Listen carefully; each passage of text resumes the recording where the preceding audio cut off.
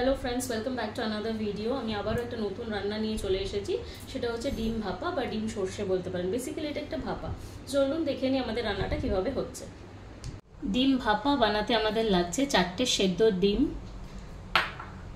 বড় চামচের 2 চামচ ভালো করে ফেটিয়ে রাখা টক দই, বড় চামচের 3 চামচ পোস্ত বাটা আর বড় চামচের 2 চামচ সর্ষে বাটা একসাথে আমি মিক্স করে রেখেছি, 5টা চেরা কাঁচা লঙ্কা, হলুদ, নুন আর রান্নাটা অবশ্যই আমরা সরষের তেলে বানাবো। তো চলুন আমরা দেখে নিই।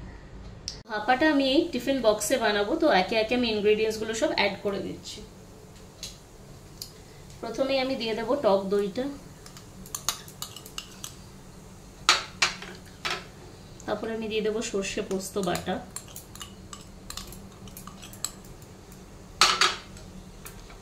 নুনটা আমি দিয়ে দিচ্ছি, হলুদ আমি দিয়ে দিলাম। এবার এটা ভালো করে মিক্স করে নিতে হবে। ভালো করে মিক্স করার পরে আমি ডিমটাকে সাইডগুলোতে কাট করে তারপর অ্যাড করব, আর লাস্টে আমি সর্ষের তেল আর লঙ্কাটা দেবো।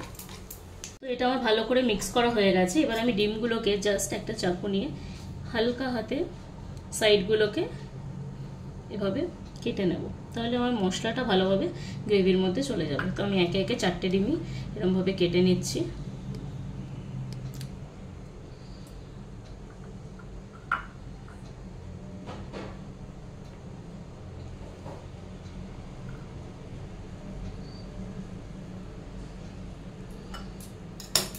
এবার আমি কাঁচা লঙ্কাটা দিয়ে দিচ্ছি।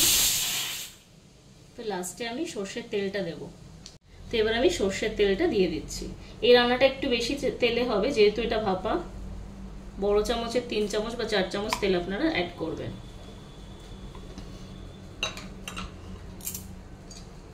এবার এটা ভালো করে মিশিয়ে নেব।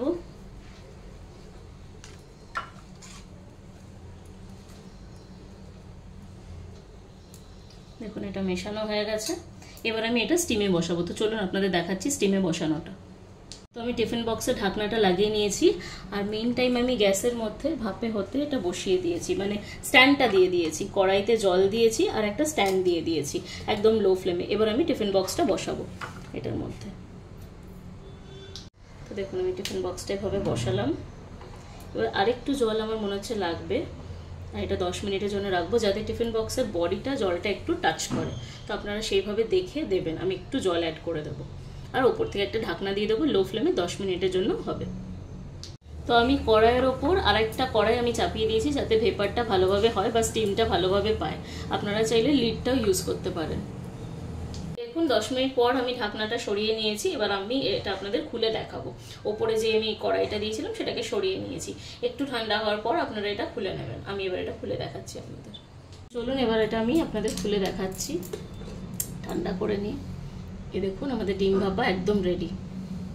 এটা আপনারা গরম ভাতের সাথে এনজয় করতে পারেন। আপনারা চাইলে জলটা একটু কম দিতে পারেন। আমার একটু গ্রেভিটা দরকার বলে আমি একটু জলটা দিয়েছি। তো আপনারা দেখলেন আমি ডিম ভাপাটা কিভাবে বানালাম। আপনারাও বাড়িতে এইভাবে ট্রাই করবেন, আর আমাকে জানাবেন রান্নাটা আপনাদের কেমন লাগলো। আমার চ্যানেলটাকে আপনার ফ্রেন্ডসদের মধ্যে শেয়ার করে দেবেন, লাইক করবেন, সাবস্ক্রাইব করবেন। আর সবাই খুব ভালো থাকবেন, সুস্থ থাকবেন। Bye bye.